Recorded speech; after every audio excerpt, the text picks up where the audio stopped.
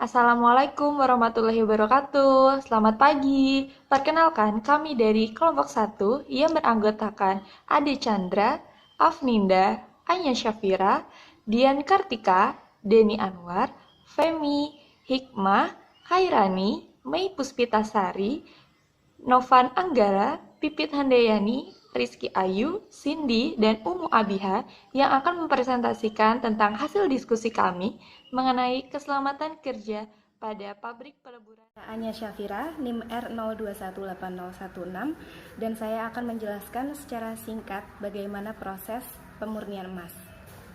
Yang pertama, memasukkan dorebulion dan flux yang berupa boraks ke dalam tungku pembakaran. Kedua, menutup tungku pembakaran. Yang selanjutnya yaitu mengaduk dorebulion. Proses yang keempat yaitu pemindahan dorebulion.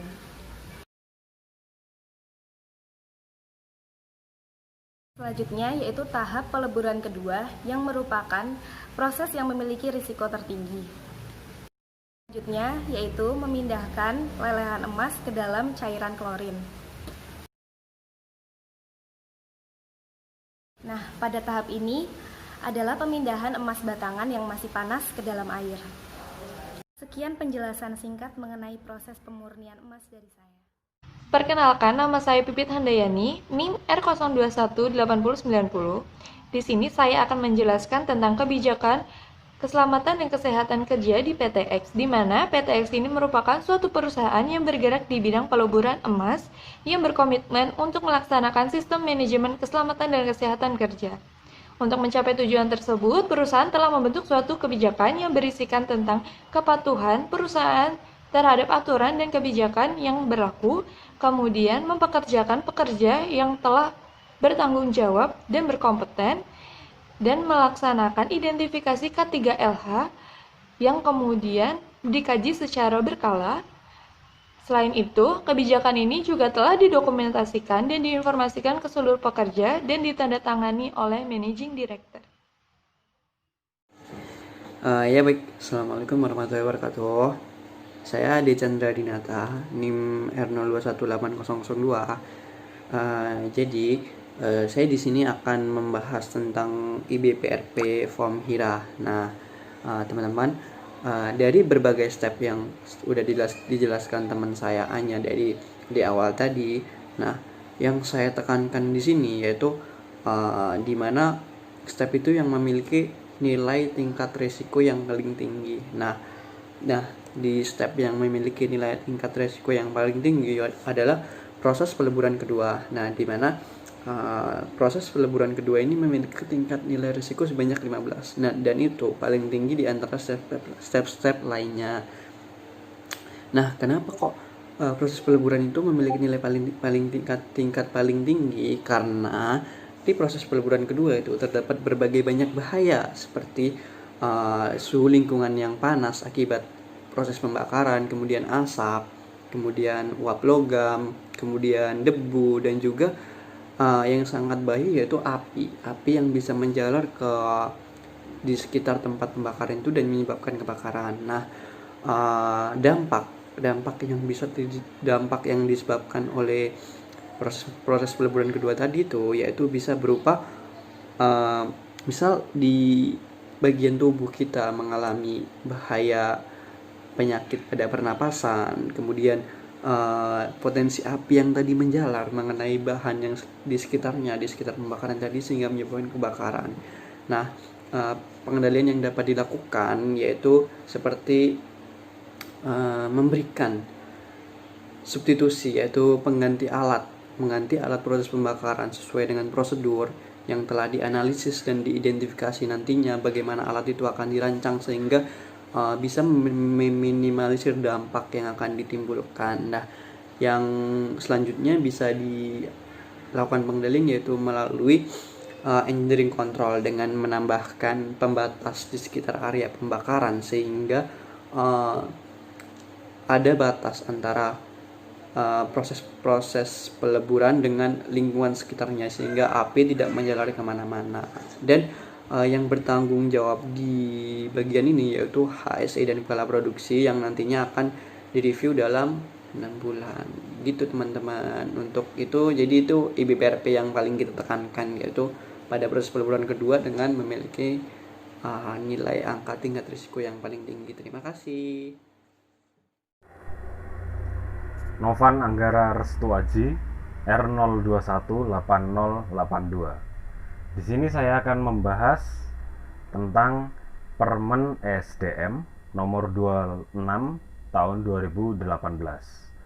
Nah, di regulasi ini membahas lebih spesifik mengenai pemurnian mineral, yang dimana emas termasuk mineral, dan juga sistem manajemen keselamatan pemurnian itu sendiri. Di sini saya menemukan, karena kemarin saya sudah membaca, ada 3 pasal yang saling berhubungan, yaitu pasal 4 ayat 3, pasal 16, dan juga pasal 18. Pada pasal 4 ayat 3 menjelaskan bahwa proses pemurnian dan pengolahan itu harus menerapkan aspek keselamatan dalam proses pemurnian dan pengolahan emas itu sendiri. Nah, kemudian dilanjutkan di pasal 16. Di sini membahas tentang perusahaan wajib menyediakan segala peralatan, perlengkapan, APD, personil, fasilitas, dan juga organisasi bagian keselamatan dari pemurnian. Nah, kemudian dijelaskan lebih lanjut pada pasal 18. Pasal 18 ini mengenai SMK pertambangan, membahas tentang audit eksternal penerapan SMK pertambangan dan juga 7 elemen sistem manajemen keselamatan, yaitu ada elemen kebijakan, elemen perencanaan, elemen organisasi dan personil, implementasi, pemantauan evaluasi dan tindak lanjut, elemen dokumentasi, dan juga elemen tinjauan manajemen dan peningkatan kinerja yang dilaksanakan oleh IUP. Saya Anya Syafira, NIM R0218016, dan di sini saya akan menjelaskan salah satu dari beberapa perundang-undangan yang diambil kelompok kami sebagai pedoman pelaksanaan sistem manajemen keselamatan dan kesehatan kerja pada pabrik pemurnian emas. Dan di sini yang akan saya jelaskan yaitu Keputusan Menteri Tenaga Kerja nomor 186 tahun 1999 tentang Unit Penanggulangan Kebakaran di Tempat Kerja. Dalam Keputusan Menteri Tenaga Kerja ini dijelaskan bahwa pengusaha itu wajib melakukan pencegahan, pengurangan, dan pemadaman kebakaran serta latihan penanggulangan kebakaran di tempat kerja yang dijelaskan pada pasal 2 ayat 1. Dan pada peraturan perundang-undangan ini juga mengatur mengenai unit penanggulangan kebakaran serta syarat-syarat dan juga secara rinci keanggotaan dari unit itu terdiri dari apa saja, seperti itu. Kelompok kami mengambil perundangan ini sebagai pedoman, mengingat risiko bahaya tertinggi dari pabrik pemurnian emas yaitu kebakaran, sehingga dirasa perundang-undangan ini bisa menjadi pedoman yang cocok bagi pelaksanaan sistem manajemen keselamatan kerja ke depannya. Perkenalkan, nama saya Rizky Ayu Muharomah, NIM R02181000.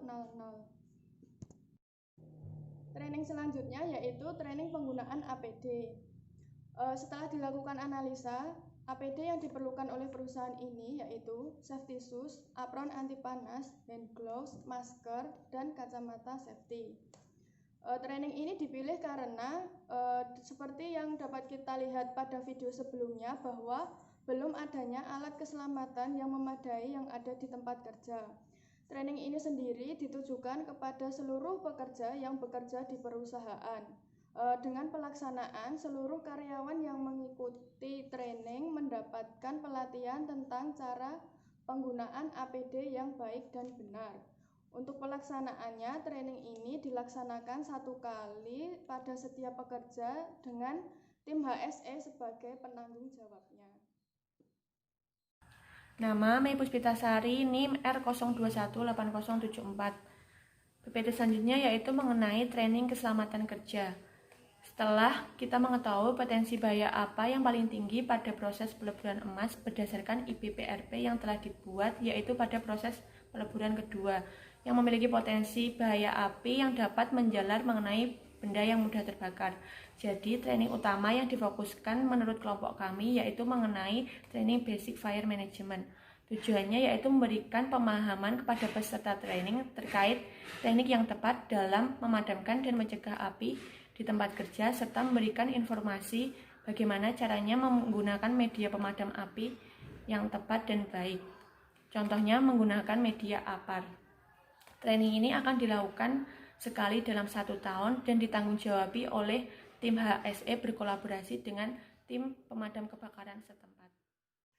Saya Denny Anwar Ramadan, NIM R0218032. Berikut beberapa usulan program ketiga berdasarkan bahan pertimbangan IBPRP. Yang pertama itu ada program Training Basic Fire Management atau pelatihan dasar manajemen kebakaran. Nah, menjadi salah satu usulan program karena berdasarkan IBPRP, potensi bahaya kebakaran memiliki nilai risiko yang paling tinggi. Maka dari itu, program dasar manajemen kebakaran direncanakan akan dilaksanakan 1 tahun sekali. Dan yang menjadi penanggung jawabnya itu ada HSE dan juga Damkar. Selain daripada itu, tujuan utama dari adanya program Training Basic Fire Management ini adalah untuk meningkatkan kompetensi setiap karyawan, terutama dalam melakukan pencegahan, penanggulangan, serta pemadaman bahaya kebakaran. Selain daripada itu, training ini diperuntukkan untuk seluruh karyawan, baik itu dari level operator, middle management maupun manajemen puncak akan mengikuti training basic fire management system. Program kedua yaitu simulasi tanggap darurat kebakaran. Pada program ini kita membuat sebuah skenario yang dimana seolah-olah terjadi suatu kebakaran. Nah, rencananya simulasi ini tuh akan dilaksanakan setiap 1 tahun sekali, dan yang menjadi penanggung jawabnya itu ada HSE yang berkolaborasi dengan Damkar. Nah, tujuan utama dari simulasi tanggap darurat kebakaran ini adalah untuk meningkatkan kesiapsiagaan, terutama untuk agar setiap pekerja itu mengetahui prosedur tanggap darurat ketika nanti benar-benar terjadi suatu kebakaran. Nah, sasaran dari simulasi tanggap darurat kebakaran ini adalah untuk seluruh karyawan, baik itu dari level operator, middle management maupun top management. Program yang ketiga yaitu ada modifikasi alat kerja. Usulan program ini didasarkan karena di perusahaan tersebut standar peralatan yang digunakan itu tidak memenuhi standar. Nah, kami mengusulkan adanya modifikasi alat kerja dengan pelaksanaan 1 kali pada setiap rekrutmen pekerja baru. Nah, yang menjadi penanggung jawabnya yaitu ada maintenance. Tujuan utama dari adanya program modifikasi alat ini adalah untuk menurunkan angka kecelakaan, serta sasarannya yaitu untuk peralatan kerja yang masih belum memenuhi standar. Usulan program yang keempat itu ada pemeriksaan kesehatan berupa medical check up. Nah, pemeriksaan kesehatan kerja ini direncanakan akan dilaksanakan setiap 1 tahun sekali, dan yang menjadi penanggung jawabnya itu ada dokter umum. Selain daripada itu, tujuan utama dari pemeriksaan kesehatan ini adalah agar setiap pekerja memahami kondisi kesehatannya serta menjadi bahan dokumentasi dari program kesehatan kerja. Selain daripada itu, sasaran dari program ini adalah untuk seluruh karyawan, baik itu dari level operator, middle management maupun top management. Nah, kami mengusulkan adanya modifikasi alat kerja dengan pelaksanaan 1 kali pada setiap rekrutmen pekerja baru. Nah, yang menjadi penanggung jawabnya yaitu ada maintenance. Tujuan utama dari adanya program modifikasi alat ini adalah untuk menurunkan angka kecelakaan, serta sasarannya yaitu untuk peralatan kerja yang masih belum memenuhi standar. Usulan program yang keempat itu ada pemeriksaan kesehatan berupa medical check up. Nah, pemeriksaan kesehatan kerja ini direncanakan akan dilaksanakan setiap 1 tahun sekali, dan yang menjadi penanggung jawabnya itu ada dokter umum. Selain daripada itu, tujuan utama dari pemeriksaan kesehatan ini adalah agar setiap pekerja memahami kondisi kesehatannya serta menjadi bahan dokumentasi dari program kesehatan kerja. Selain daripada itu, sasaran dari program ini adalah untuk seluruh karyawan, baik itu dari level operator, middle management, maupun top management. Perkenalkan, nama saya Hikmah Nurul Fajar, NIM R02181054. Saya akan menjelaskan mengenai program yang kelima, yaitu safety briefing. Safety briefing ini dilaksanakan setiap kali pekerjaan akan dimulai. Biasanya waktunya itu kurang lebih 15 menit. Untuk penanggung jawabnya itu ada work leader, dan sasarannya itu untuk semua pekerja yang akan melakukan pekerjaan terkait. Contohnya itu untuk pekerjaan yang berhubungan dengan panas akan diberikan instruksi kerja ataupun hal-hal penting lainnya. Kemudian tujuan dari safety briefing ini adalah agar para karyawan itu mengetahui apakah pekerjaan yang dilakukannya itu sudah benar atau belum, sudah tepat atau belum. Kemudian ada program yang keenam, itu inspeksi 5R, ringkas, rapi, resik, rawat, dan rajin, yang dilakukan 3 bulan sekali oleh tim HSE. Sasarannya itu untuk housekeeping di area kerja. Nah, ini inspeksi 5R ini sangat dibutuhkan melihat kondisi tempat kerja yang masih berantakan dan belum tertata rapi. Tujuan dari inspeksi 5R ini adalah agar karyawan itu mampu menjaga kebersihan di area kerja dan menempatkan peralatan kerja itu sesuai dengan tempat penyimpanan dan jenis-jenisnya.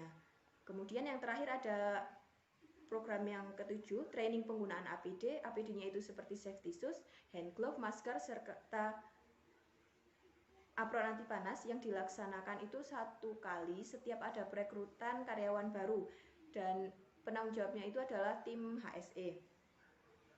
Sasarannya itu untuk semua karyawan baru yang akan melakukan training penggunaan APD, dan tujuan diadakannya training penggunaan APD ini diharapkan para karyawan itu mampu mengenakan atau menggunakan APD dengan tepat.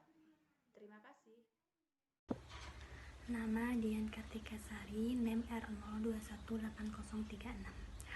Untuk rencana tanggap darurat dilakukan melalui 3 tahap kegiatan, yaitu yang pertama mitigasi, dilakukan untuk mengurangi dampak terjadinya bencana. Yang kedua, kesiapsiagaan, ini dilakukan untuk mengantisipasi suatu akibat bencana.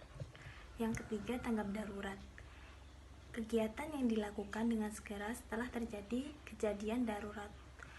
Yang selanjutnya, untuk rencana tanggap darurat yang dilakukan ialah tanggap darurat kebakaran, tanggap darurat bahan kimia, dan tanggap darurat kecelakaan kerja. Yang pertama, untuk mitigasi seperti membuat kebijakan tanggap darurat, pembentukan organisasi tanggap darurat, dan penyediaan APD. Yang kedua, kesiapsiagaan, kegiatan yang dilakukan seperti pelatihan dan simulasi tanggap darurat, sosialisasi pertolongan pertama, dan sebagainya. Untuk tanggap darurat sendiri dilakukan dengan pertolongan pertama. Saya Femi Rahmawati, NIM R02181046. Di sini saya akan menjelaskan mengenai rencana pemulihan. Rencana pemulihan berfungsi untuk mengembalikan atau memulihkan keadaan pasca bencana. Rencana pemulihan ini terdiri dari 2 hal utama, yaitu rehabilitasi dan rekonstruksi. Rehabilitasi adalah pemulihan keadaan pasca bencana agar seluruh aktivitas dapat berjalan normal kembali. Sedangkan rekonstruksi adalah pembangunan ulang sarana dan prasarana yang mengalami kerusakan akibat bencana. Lalu upaya pemulihan ini harus mencakup 3 aspek, yaitu pekerja, tempat kerja, dan lingkungan. Pekerja dapat dilakukan dengan cara pemberian layanan kesehatan atau dengan pemulihan keadaan psikologis akibat trauma. Lalu untuk tempat kerja dapat dilakukan dengan pembangunan kembali sarana dan prasarana yang rusak, dan untuk lingkungan dapat dilakukan dengan upaya perbaikan lingkungan, misalnya bioremediasi atau dengan penanaman pohon.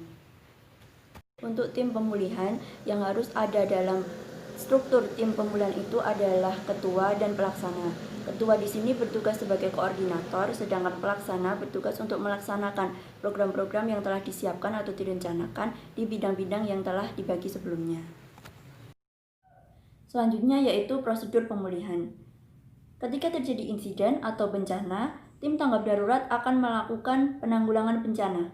Setelah berhasil ditanggulangi, langkah selanjutnya yaitu masuk ke upaya pemulihan melalui program rehabilitasi dan rekonstruksi. Tahap pertama yaitu sosialisasi dan koordinasi program.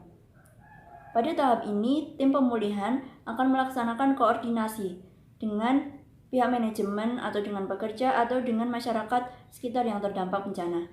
Kedua yaitu identifikasi kerusakan, yaitu dengan cara mengidentifikasi seluruh kerusakan atau kerugian yang diakibatkan oleh bencana tersebut. Nantinya hal ini akan dijadikan sebagai acuan dalam pendanaan program pemulihan. Yang ketiga yaitu perencanaan dan penetapan skala prioritas. Pada tahap ini dimaksudkan untuk menentukan kerusakan mana yang harus dipulihkan terlebih dahulu sesuai dengan urgensinya. Yang keempat yaitu melibatkan seluruh pekerja dalam upaya pemulihan.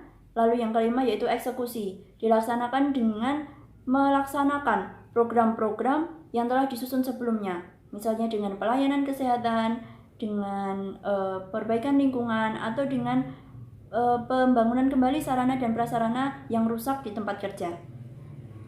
Selanjutnya yaitu upaya pengurangan risiko.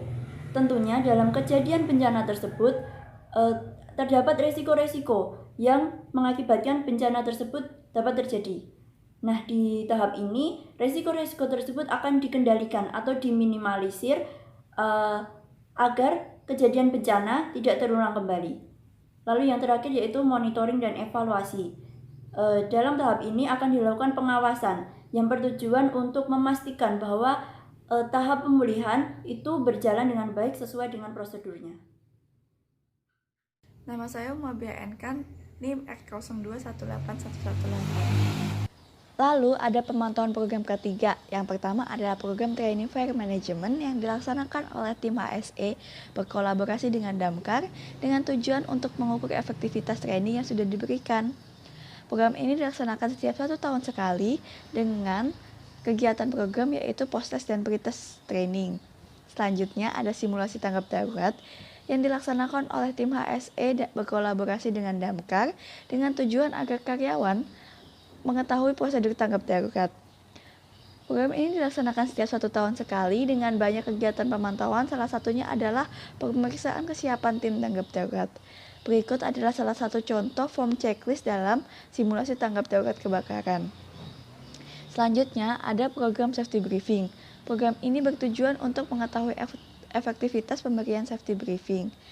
Dilakukan dengan pemberian pre-test dan post-test yang diberikan oleh tim HSE.